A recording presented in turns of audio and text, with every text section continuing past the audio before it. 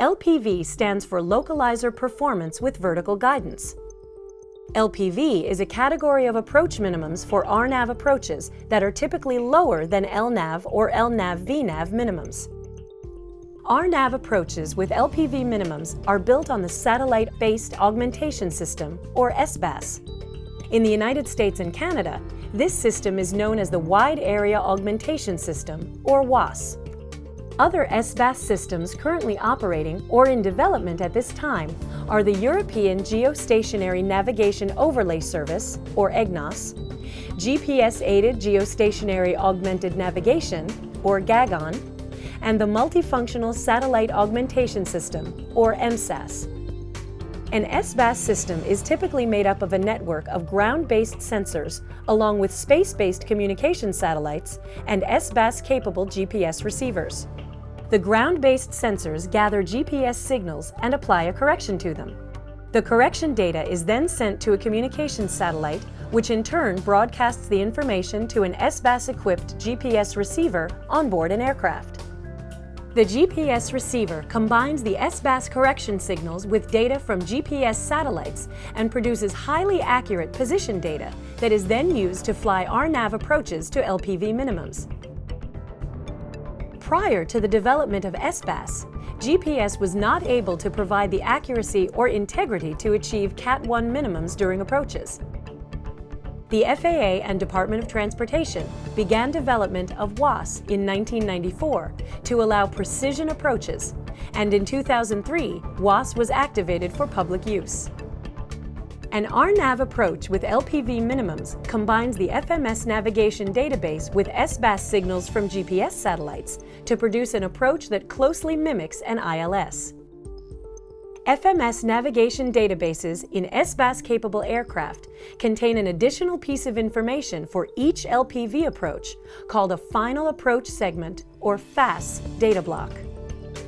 The FAS data block contains the lateral and vertical parameters that define the approach to be flown. An RNAV approach with LPV minimums combines information from the FAS data block with highly accurate SBAS correction signals to produce an approach that closely mimics an ILS. This increased accuracy allows LPV approach minimums to be as low as 200 feet and 1/2 mile visibility. Similar to an ILS, when LPV is active on an approach, course deviations are angular instead of linear, meaning the sensitivity of the deviations are increased as the aircraft approaches the runway. To explain further, on an approach using linear deviation, a 1-dot deviation can equal 75 feet at the final approach fix and 75 feet at the runway, whereas on an approach using angular deviation, a 1-dot deviation can be equal to approximately 180 feet at the final approach fix, but only 18 feet at minimums. Approaches with LPV minimums are conducted using the Approach button on the guidance panel, which activates the LNAV and VGP submodes. However, when the aircraft begins the final approach segment and LPV is active, the lateral and vertical deviations are no longer provided by the FMS, but are sent directly from the GPS sensor. Let's walk through an operational example of an approach to LPV minimums. First, select the appropriate runway. Then, select the desired RNAV approach. When selecting an RNAV approach with LPV minimums, LPV is the default minimum selection. Select Activate to load the approach into the flight plan. Each RNAV approach with LPV minimums is identified by a unique approach identifier, or approach ID.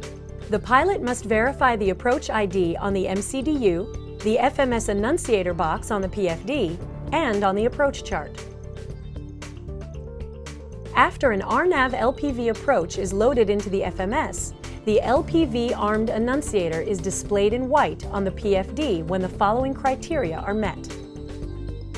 The aircraft is within 30 nautical miles of the destination airport. The nav source is FMS. The FAS data block is loaded into the FMS.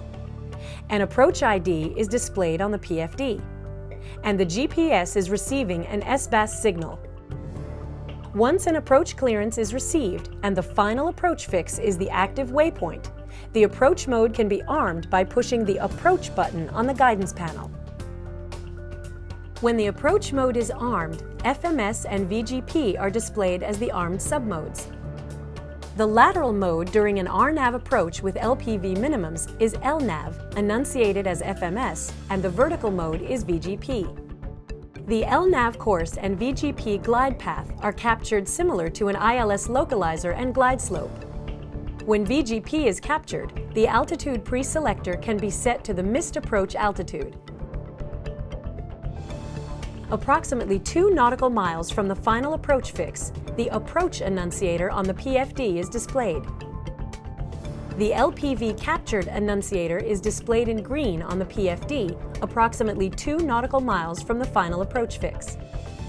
A green active LPV enunciator displayed on the PFD indicates that the aircraft is now using high-integrity angular deviations directly from the GPS to guide the lateral and vertical path of the aircraft to make an approach to LPV minimums.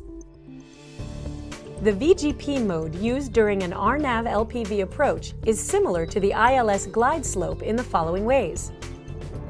They both ignore the altitude preselector. They will not level off at the decision altitude. Both provide a stabilized approach path and allow for standardized approach procedures. And they have published decision altitudes that allow for a momentary dip below minimums during a missed approach. As the aircraft reaches the LPV decision altitude, the pilot must either take over and land the aircraft or initiate a missed approach. When a missed approach is initiated and the toga button is pushed, navigation guidance automatically transitions from GPS back to FMS. When conducting SBAS operations, there are a few important things to remember. LP minimums on RNAV approaches stands for Localizer Performance without vertical guidance. Currently, operators of Honeywell platforms are not authorized to perform approaches to LP minimums. Pilots must be familiar with the fail-down capabilities of their SBAS system. An amber LPV enunciator is displayed on the PFD up to 30 nautical miles from the landing threshold when conditions exist that would prohibit descending to LPV minimums. In addition, if the amber LPV enunciator is displayed and the aircraft is inside 2 nautical miles of the final approach fix, a red X is displayed on the vertical deviation indicator. If an amber LPV enunciator is displayed, the flight crew may have the ability to continue the approach to LNAV-only minimums. Refer to AC 90-107 or AMC 20-28 and company-provided training material for further information on SBAS fail-down procedures. Pilots must notify air traffic control of any loss of GPS or SBAS capability and state their proposed course of action.